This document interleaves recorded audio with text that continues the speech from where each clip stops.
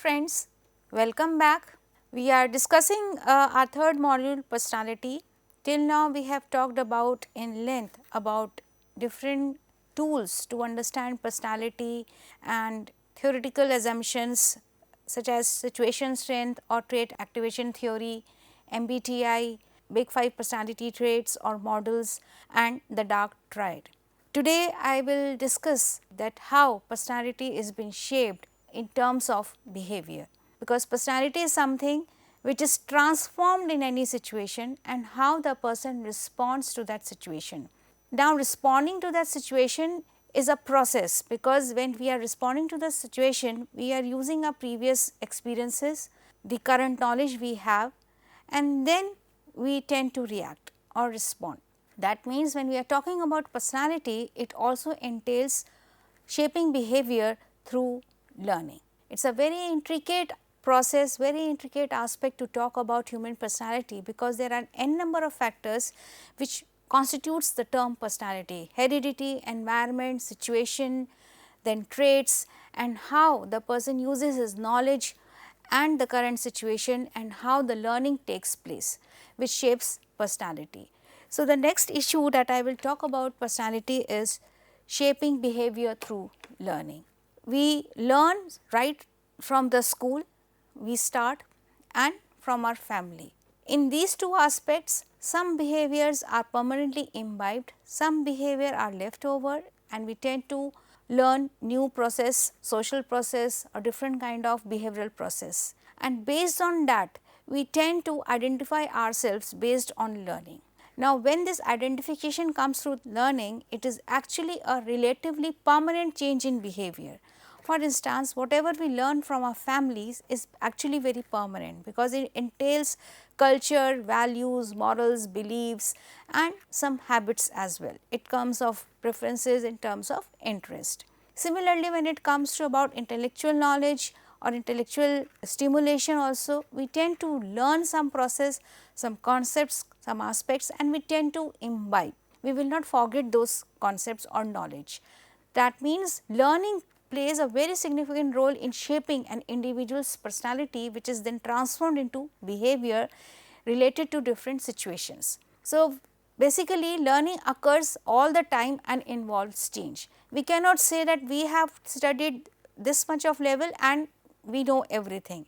Every now and then every situation will teach us something, we respond, how the situation will respond to us, and we involve in a process, and finally the outcome is that we are learning something out of that situation, because it becomes an experience. So, when we are talking about shaping behavior, actually it is through learning all the time, which is a continuous process and it involves change. We are sitting in one situation, we will respond, we will deal with the situation, and finally the outcome is that there is some change within us, and most of the time that change is permanent. So, the generally accepted definition of learning is any relatively permanent change in behavior that occurs as a result of experience. As I said, when we are dealing with any situation, how we respond, how the situation will respond to us, that makes an experience, that forms an experience, and how that experience will give us the final outcome, that is learning, which becomes permanent. Work experience, we come through different kind of process and perform different kinds of roles and responsibilities, and finally what is the outcome? It is experience that we are learning through. So, learning has three major important elements. First of all, that learning is a change in behavior for better or worse. Any experience can go good, any experience can go bad, but ultimately we are learning something that shapes our behavior, because that shapes our behavior in terms of decision making, right. The other is that it is a change that takes place through practice or experience, and the changes that occur due to growth or maturation is not learning. Why so? Because with age, with time, with physical or psychological growths, we tend to become mature. That is a natural process that happens within an individual. So, we cannot say that we are learning something. It is actually happening. Maybe the physiological changes, physio-psychological changes that occur within us, it is very natural, and we cannot say that we are growing. But yes, experiences, different kind of situations when we interact, that leads to learning. And the third is that learning involves change that must be relatively permanent or it must last a fairly long time. For instance, any employee who is holding a position of maybe CFO, that is Chief Financial Officer of any organization for a fairly longer period of time, definitely that experience he must be holding at that position will add to his learning. That will shape his behavior, because different kind of situations that he must be dealing with and how he is dealing with the counter person or vice versa, that will lead to some outcome or decision, but definitely it is a learning process, because any new situation will only help us to learn some process. But yes, any changes due to its growth or maturation is not learning. So, learning has three elements, which is relatively permanent change in behavior. But how this learning takes place? We are saying we are trying to deal with the situation is responding to us and the individual is also responding to the situation. But actually, even in this simple example, there is some kind of process that goes within. So, psychologists have identified certain principles of learning and it is a natural process. So, the first principle of learning is principle of trial and error. Accidentally we come to get the solution or meet the solution to the problem, and that becomes our learning. Any mathematical problem or any situation where we come across very complicated or complex people in the group or team and people do not agree to us, how to deal with such complex situations where anybody would just come or we try to deal with that person, complex person, so that he should agree and start working on the project. So, it is about accidental solutions that we come to meet in any complex situation, and that becomes a learning. So, the term trial and learning connotes attempts at meeting the situation in various ways until the correct response is found more or less accidentally. We are trying to fix any gadget, any small machine, on off, switch on off, we will open the box, we will close the box, we will try to connect some wires with this point to that point. Ultimately, there will be one moment which is an accidental moment that the machine starts working, and we tend to understand that this was the connection that was missing and now the machine starts working. So, this is about the principle of trial and error. So, this method of learning involves random reactions and accidental success, but also holds the potential for discovery and growth. Now, discovery and growth is there because we are trying to find different kind of solutions, fixing solutions to the problem, and accidentally we meet that solution. That leads to discovery, that leads to growth, that is the principle of trial and error which leads to learning. The other is principle of reinforcement. What is reinforcement? In a common man's understanding, it is about encouraging the person for doing some good work.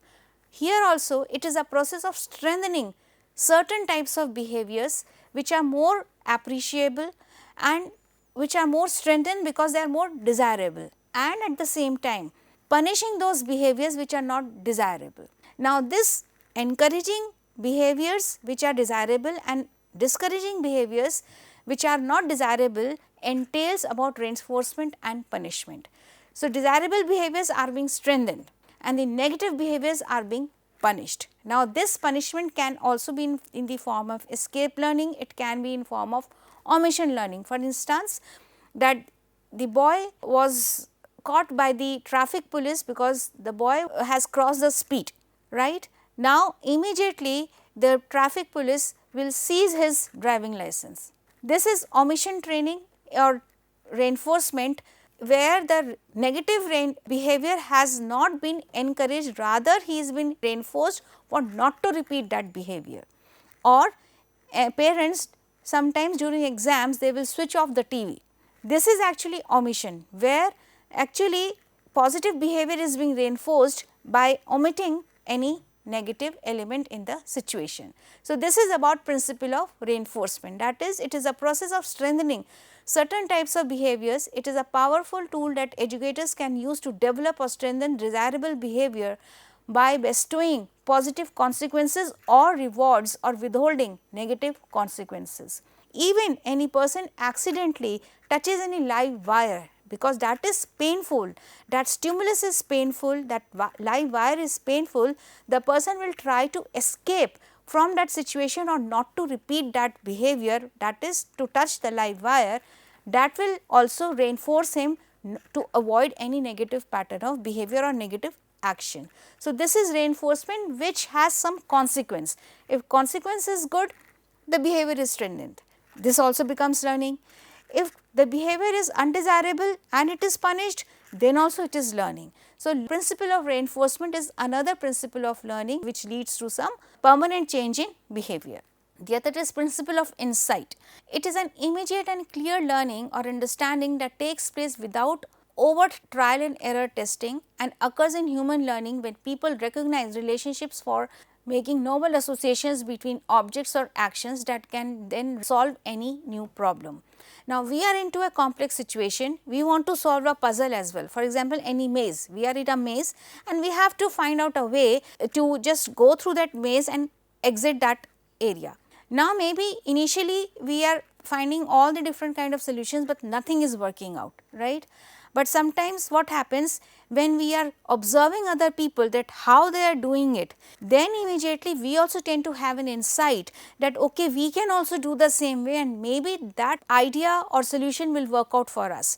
So, based on the observations of the environment, people tend to recognize the relationship that how we can solve any maze or pass through any maze and then we are exiting that situation. So, this is about principle of insight, that how maybe it can be in a way. There was a very famous experiment of Sultan in psychology where there is a chimpanzee and he has to take a banana from his cage. So, with all the permutations and combinations he could not find any solution, but recognizing all the stimulus in the environment, he found that there was one hardboard stool where he could just stand up and then take the banana. So, this is about the insight that we try to relate certain stimulus in the environment and we relate it, connect the dots and then find the solution. So, in both the situation I have quoted that there are certain stimulus in the environment which should be recognized. That recognition is the process of insight and we are trying to connect the dots. That recognized element of stimulus can be used to solve any problem. Ultimately, there is a new form of behavior that we evolve with at the end of the situation. So, these are the principles of learning which is a natural process, but we come across these situations based on trial and error, based on reinforcement and based on an individual's insight. So, these are the principles of learning. Now, the most important point is that even when we are talking about these three principles, if we relate with our day-to-day life, definitely we can find n number of examples and experiences where these principles have worked out. Maybe we did not realize it at all, but if we relate it very intricately, very closely, we will understand that how these concepts are working in our day-to-day life, that forms our experiences and it is a base of learning because they shape our behavior. We understand the situation through experiences. Next comes laws of learning. Why we learn? When we are keen to learn something new, then there is some principle, there are some laws that force or encourage a person to move in a direction of new learning.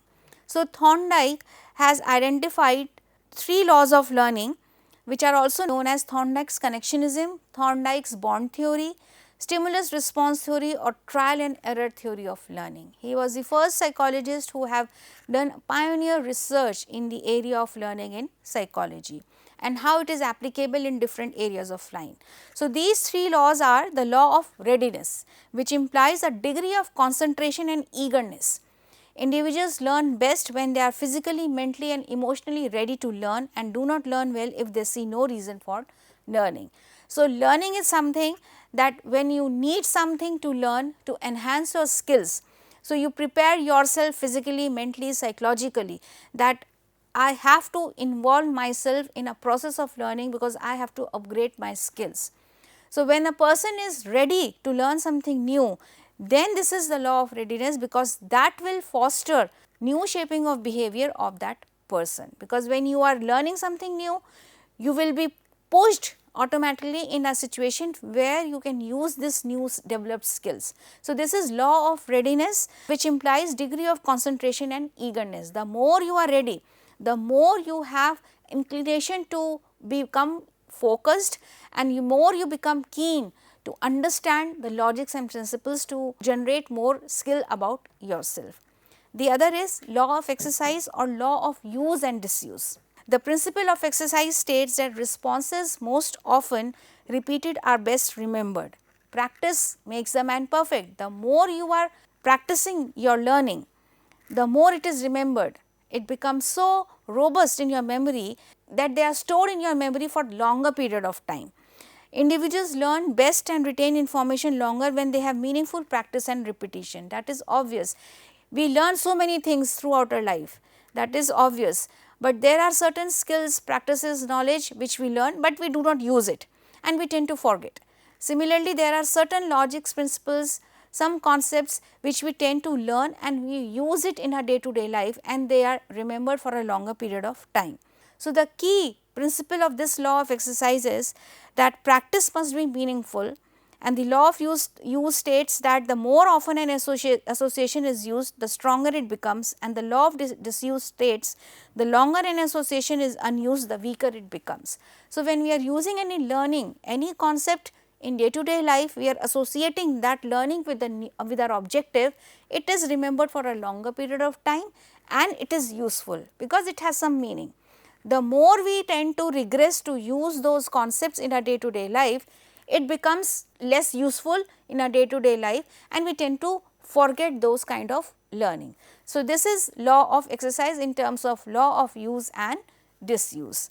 And the other is law of effect. It produces satisfaction, becomes, and it is associated with the situation. For example, we have learned any skill, we have upgraded ourselves and we are using that skill for a particular purpose, and if it gives satisfaction to us, it becomes associated with that situation. Similarly, any act that in a given situation produces dissatisfaction becomes disassociated with that situation. In any situation where your learning is not useful, we become disassociated because it is not giving you satisfaction. We realize that whatever we have learned, we cannot use it in that situation, we could not use it in that situation, and that has very less impact on individual's overall satisfaction. The more the person is using that knowledge and deriving satisfaction in performing that situation, the more the effect is impactful, because there is satisfaction and the person experiences some kind of meaningfulness in that situation. The person has the satisfaction that whatever knowledge I have, I can use it for some solution, I can use it for some betterment. So, these are the three laws of learning given by Thorndike, that is law of readiness, law of exercise and law of effect. So, certainly whatever we learn is useful, whatever we learn it is performed, and whatever we learn it is remembered and gives satisfaction. But if it is opposite to it, definitely that learning is vague. So, according to Thorndike, the process of learning is incremental in nature. Incremental here means that it is increasing, because it is a continuous process. It is every now and then we are learning something or the other. So, it is incremental in nature. We cannot say that we are sitting in this session and the learning is over. No, again it will be used in some other way. So, learning is an incremental in nature, it occurs automatically. For example, law of insight. When we are using our experiences, we are associating our experiences with the stimulus in the environment, then there is some kind of automatic learning or finding any solution to the problem accidentally. This leads to learning. So, it is automatic also. There is transfer of learning. The theory states that the extent to which information learned in one situation will transfer to another situation is determined by the similarity between the two situations. So, if we have some kind of learning or knowledge, skills and abilities and we have already performed it in one situation, but if we encounter any similar situation, then there is transfer of learning along with the experiences. So, learning can also be transferred from one situation to another.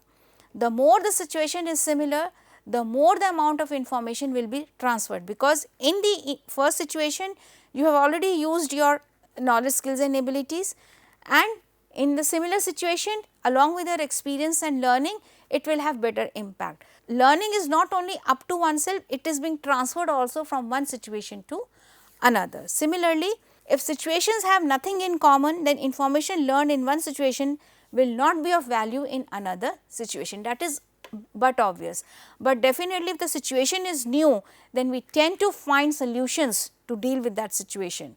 So, again learning is taking place.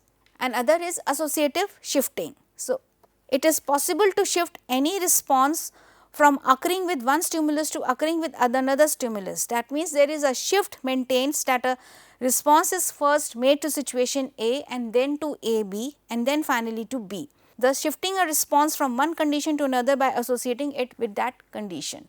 That means, dealing with any situation is not between 1 and 2, it is not cutthroat, it is not 1 to 1. It is something that learning is also dealing with some other stimulus or organism in that environment. If we are dealing with situation A or person A and there is person B also and C also, then the initial stage will be that the person will try to associate his learning with A, then with B and then will combine that situation into A and B. So, there is association between the learning that a person has with the situation, learning with another person and learning with the another person.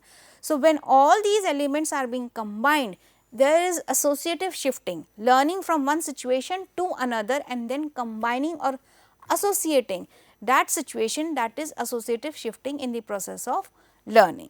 So, here in the example, if the response is first made to situation A and there is another situation B or it can be another person also, then it is about A, B and then B. So, there are 3 stages that are occurring in this situation. Learning has occurred or learning has been applied to situation A, then associating that situation A with B which forms A B, another situation arises and then finally associating your learning with single handedly with to B situation. So, there are 3 kind of situations that has evolved in associative shifting and in ultimately in all the 3 situations there is some kind of association. When these associations are being formed, there is transfer, there is association and learning is shifting from one situation to another. So, this is about Thorndike's process of learning, that is incremental in nature, it is automatic, there is transfer of learning and there is associative shifting. At the same time, there is also response by analogy. Responses from a related or similar context may be used in a new context. So, whenever we are understanding the situation, that this situation is, we are encountering any similar situation again and again, then maybe whatever kind of responses we are making to those situations, when combined all the responses, then those responses can be used to another new context. So, again it is incremental. See, every now and then we are associating some kind of experience and learnings and combining and then again we are founding new learning in the new context. Other is availability. It is the ease of getting a specific response. For example, it would be easier for a person to learn to touch their nose or mouth than it would be for them to draw 5 inches long with their eyes closed. That means, whatever learning we have, we find it easy to perform than learning any new task. It is, as it is mentioned, it is the ease of getting a specific response. In any situation when we are new, we can only use that learning to perform easy responses, because we know whatever we have learning and we can use that learning to give or perform any specific response in a very comfortable aspect. So, for example, it would be easier for a person to learn to touch their nose or mouth than it would be for them to draw a line 5 inches long with their eyes closed. So, whatever perfection they have, whatever learning they have in the current situation and the available knowledge and learning they have, they will only perform accordingly. So, this is about availability, another principle of learning. So, all in all, Thorndike has identified the following process of learning, that is, it is incremental in nature, it is automatic, there is transfer of learning, there is associative shifting, there is a response by analogy and availability. All right. Till now, we are talking about the principles of learning, but even when we are involved in the discussion of what are the principles of learning, there are certain theories as well that shape behavior in long run, and that theory of learning will actually shape behavior which is very much related to our day to day life. So, psychologists have identified 3 theories of learning to explain the process which we acquire patterns of behavior. It is not that we have learned something, no. Sometimes learning has taken place to form new patterns of behavior, sometimes learning is taking place based on rewards and punishment, and sometimes learning is taking place based on social aspects, that whatever environment there we are into, we tend to imitate those environments and we finally imbibe that environment and perform the behavior accordingly. For example, any child who watches any violent movie will try to imitate the same behavior.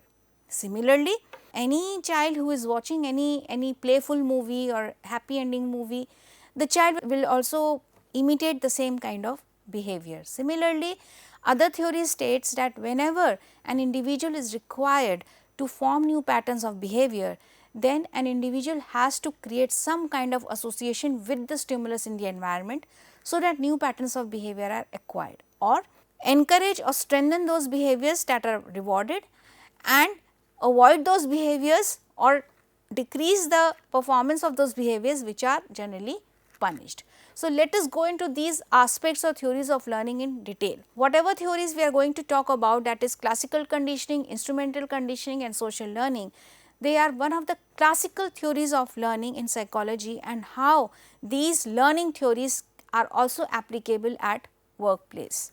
So, before talking about those examples that how these theories are working in workplace, we have to talk about in detail that what is classical conditioning. So, what is conditioning?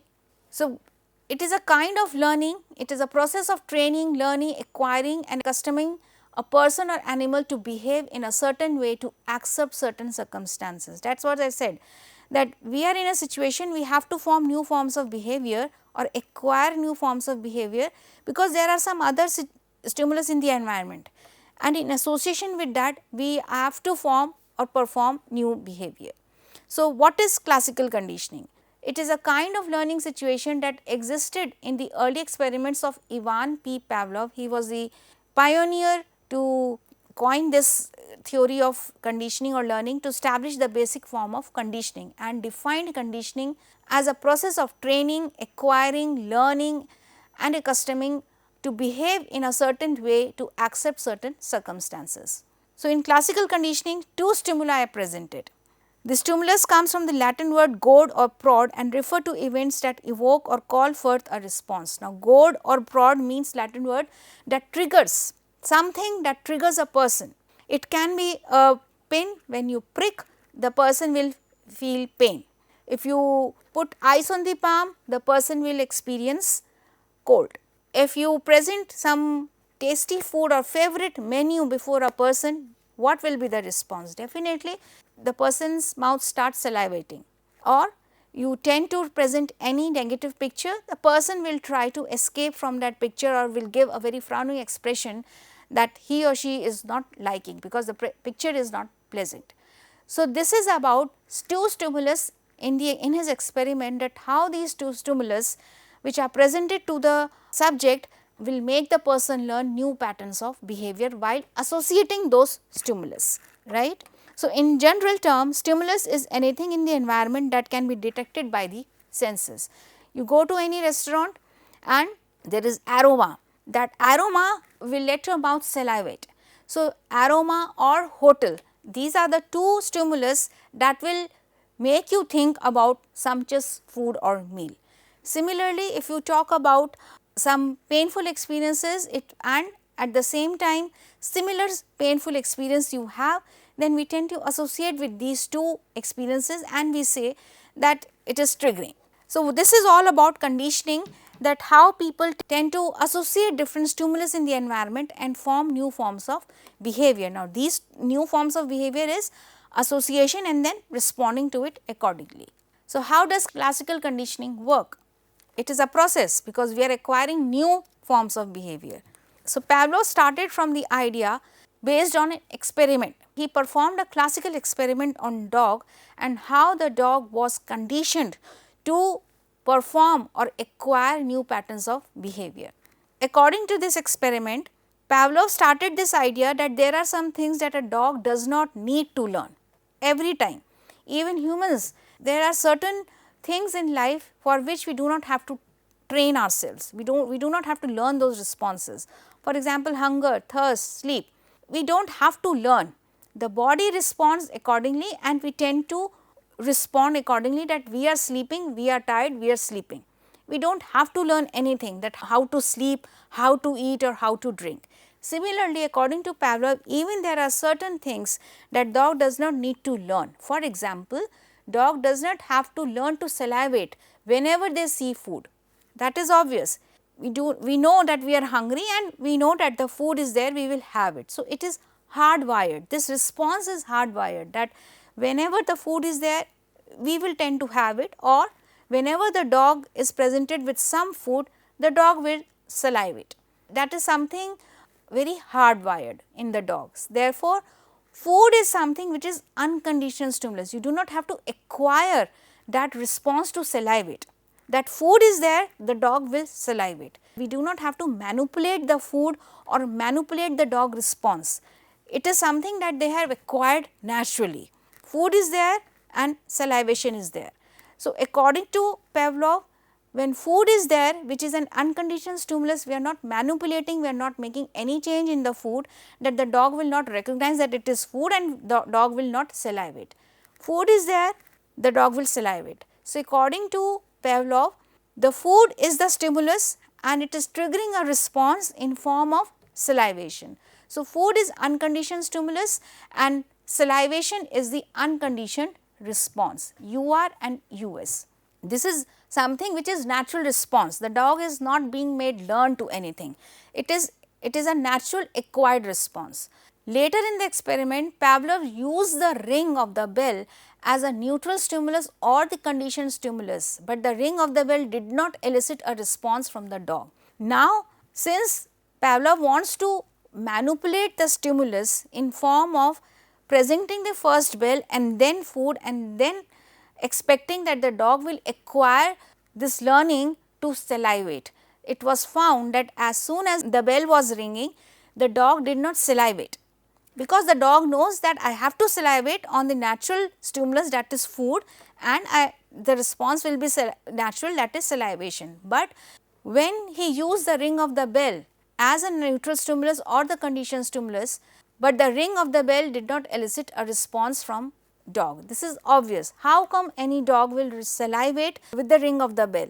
If food is there, then only he will salivate. But the idea was that the dog has to acquire a new form of behavior or learning, where when the bell will ring, then only the food will be presented and then the salivation will occur. So, it took some time for the Pavlov to make the dog learn this association of stimulus. So, here in this situation, there are two stimulus, food and the ring, right. Now, the Pavlov's objective was to associate the ring of the bell and food and then salivate. So, what is a manipulation in the stimulus, unconditioned stimulus? It is ring of the bell and the response becomes conditioned. So, here ring of the bell, which is actually neutral stimulus or conditioned stimulus, and no salivation, that is no conditioned response, that is no salivation. But how this association will take place? That is the main objective, because based on this the dog will acquire new form of behavior. So, Pavlov began the conditioning or the training procedure and noted that initially no saliva flowed when he rang the bell. He then trained the dog by sounding the bell and shortly afterward presenting the food.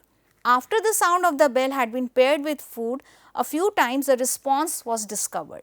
So, it was the dog's association of bell with the food and then to salivate. So, ultimately what happened? The bell became the conditioned stimulus and then the response became conditioned based on the ring of the bell.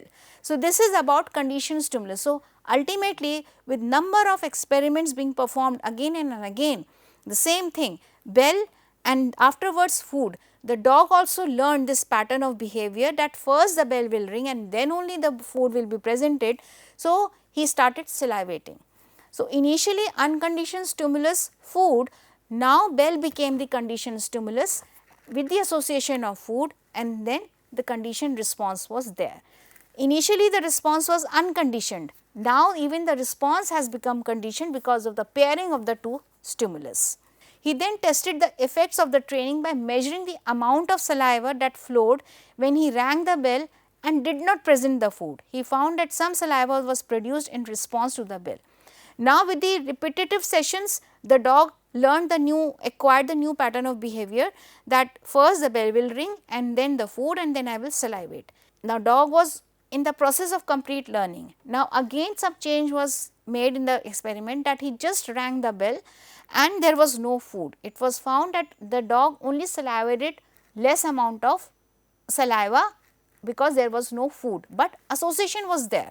So learning was there from the dog's part, but since there was change in the stimulus, so the dog did not salivate much.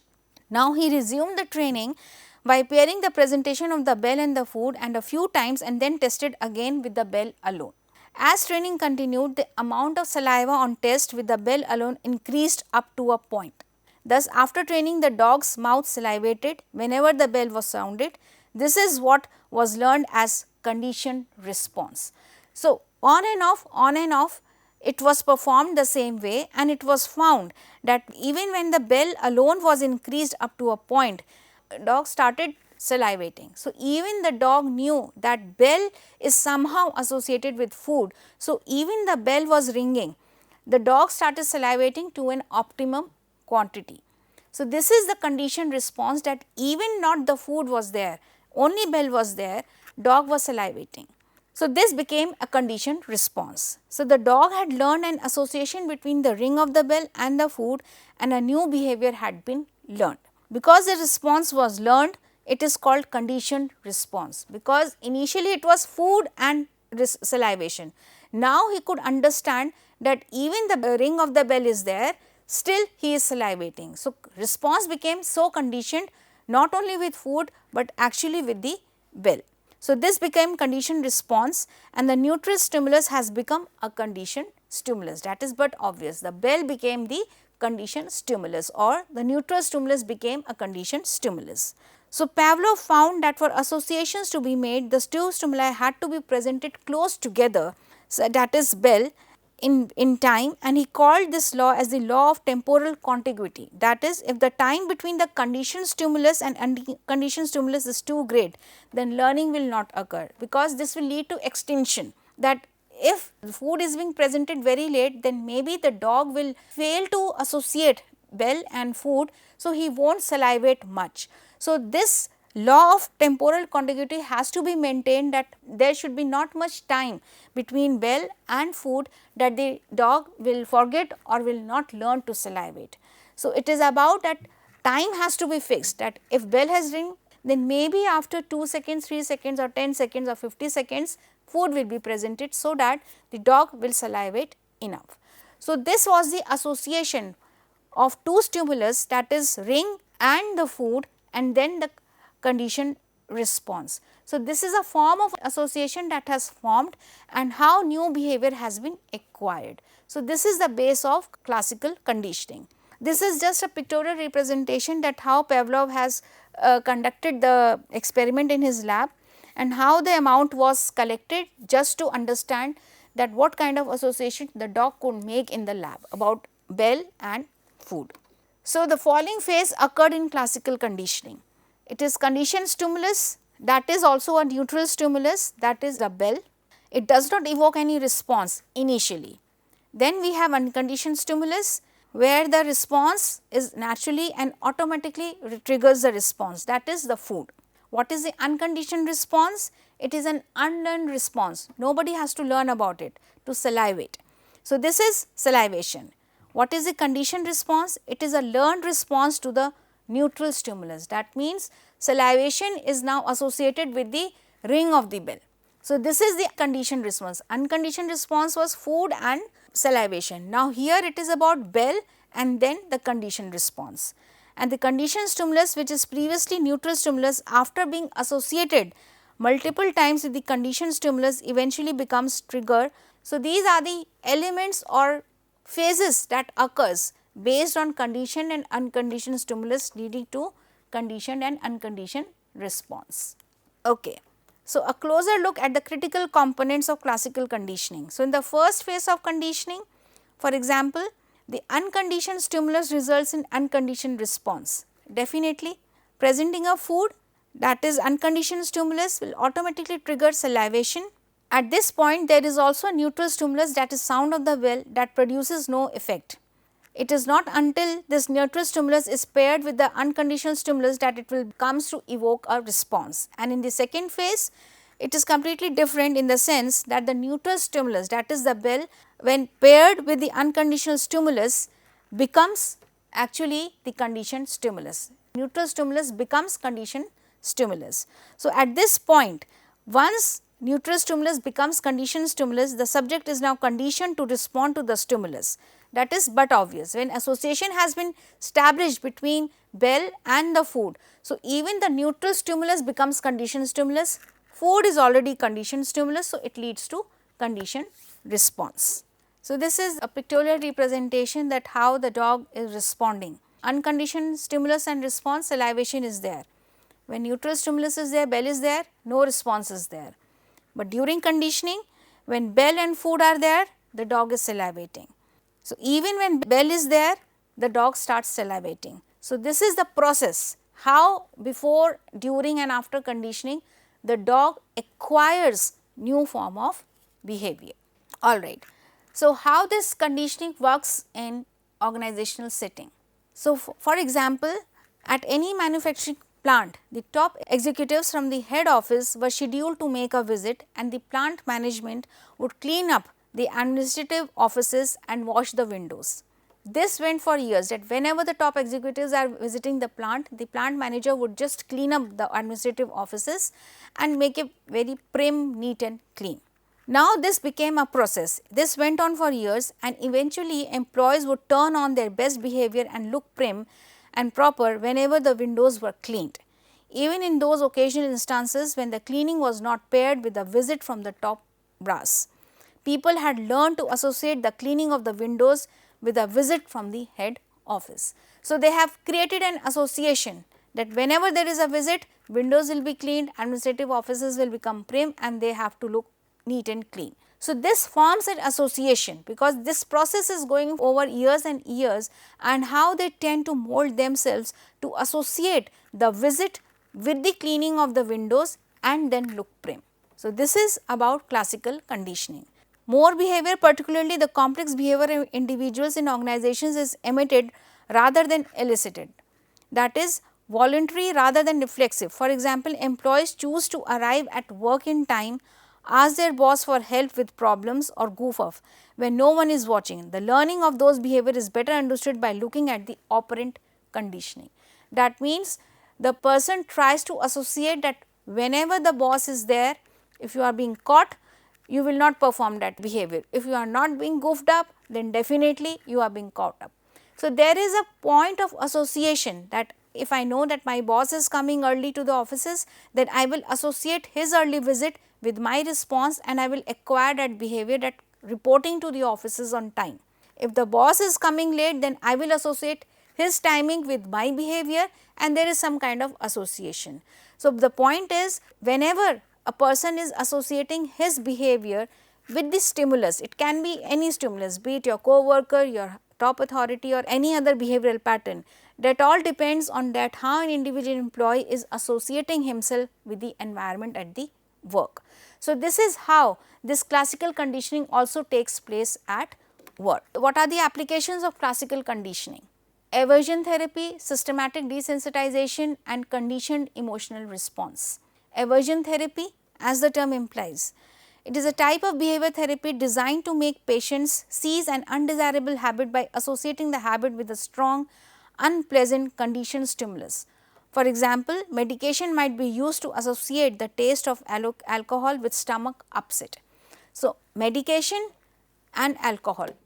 So, the person learns to understand that whenever I am indulging in high level of alcoholism, then maybe I will be having some stomach upset and I will have to take some strong medicines. So, the person develops an aversion for being alcoholic.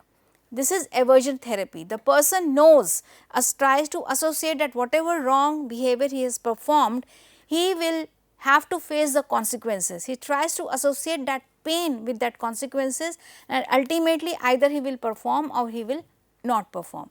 There will be some kind of emission in his response. The other is systematic desensitization. It is a treatment for phobias in which the patient is trained to relax while being exposed to progressively more anxiety provoking stimuli. The person is anxious. At the same time, the person is being exposed to a more rigorous anxious stimulus where he is being trained to relax and tries to take into all the unpleasant situations. So, this will desensitize him that these are just situations and pass away and we do not have to be anxious.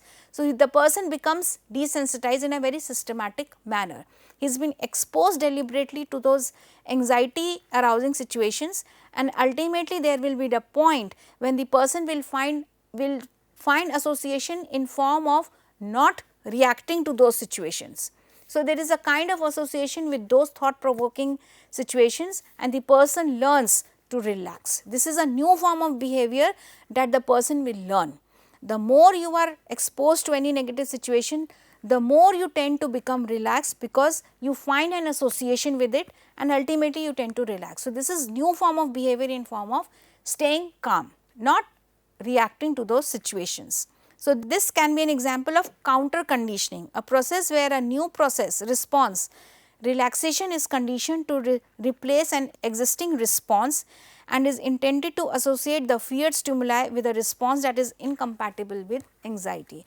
When you learn to form new form of behavior to remain calm, then there is no association with the anxiety. So, the new behavior required is to remain calm or relaxed when at the same time you are being exposed to anger or anxiety provoking situations. And the other is conditioned emotional response. The influence of classical conditioning can be seen in emotional responses such as phobia, disgust, nausea and anger. That is, many of our subjective feelings ranging from violent emotions to exhilaration.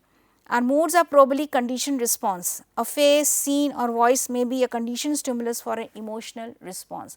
Now, how we tend to become aroused or anxious when we come across any thought provoking or arousing situation or picture that actually tend to create some kind of arouse some kind of emotions, and how we tend to react to those responses. There is another form of emotional association, and that association is in the form of response. We have our own experiences, but we come across the similar experiences, how we tend to associate our response and situation with that new situation. So, how that emotion will be regulated, that is the application of classical conditioning. Some other examples: celebrities in advertising. Why celebrities are being opted to endorse any brand? Because public tend to relate with those celebrities and they tend to create an association with the celebrity and what they are endorsing for.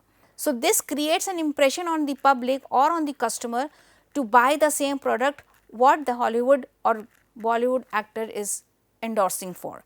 So, celebrity endorsements are nothing new. Advertisers use our positive associations with the celebrities to sell our products and services, and it has nothing to do with the product, just as Jennifer Aniston is not inherently linked to smart water. But yes, she is holding the bottle of smart waters, definitely customer will try to relate with her and will also buy the same product. Or any Bollywood actor endorsing for any public policy for interest, then definitely the public will also try to take interest to buy the same policy. So, this is about celebrity endorsement. So, there is association, the public, the customer is associating with the celebrity and then associating with the product to buy or not to buy. Now, the point is that if the celebrity is endorsing to buy this product, then definitely the customer also acquires that form of behavior while making decision to buy the same product, right. The other is restaurant aromas. When you are greeted with the familiar smell of pizza fresh out of oven, you might start salivating even before you take your first bite. So, you know you will get your best pizza at this restaurant. You have the same aroma in the same restaurant, before even you are ordering, your mouth starts salivating. So, this is conditioning, the aroma, the restaurant and the pizza. So, all these responses when come together, another response, that is salivating. So, even before you take your first bite, so the aroma of the food to come serves the same role as Pavlov's ringing bell. So, this is about restaurant and aromas. Now, the point is we will stop by at this restaurant and we will eat that pizza then and there only. So, this is conditioning, and how these kind of conditionings still are applicable in our day to day life. So, this is about classical conditioning, how it is applicable in advertisement, that is related to consumer behavior, it is about restaurant aromas, it is about systematic desensitization, it is about aversion therapy or conditioned emotional response. So, this is the application of classical conditioning. We will continue our discussion in the next class. Thank you so much.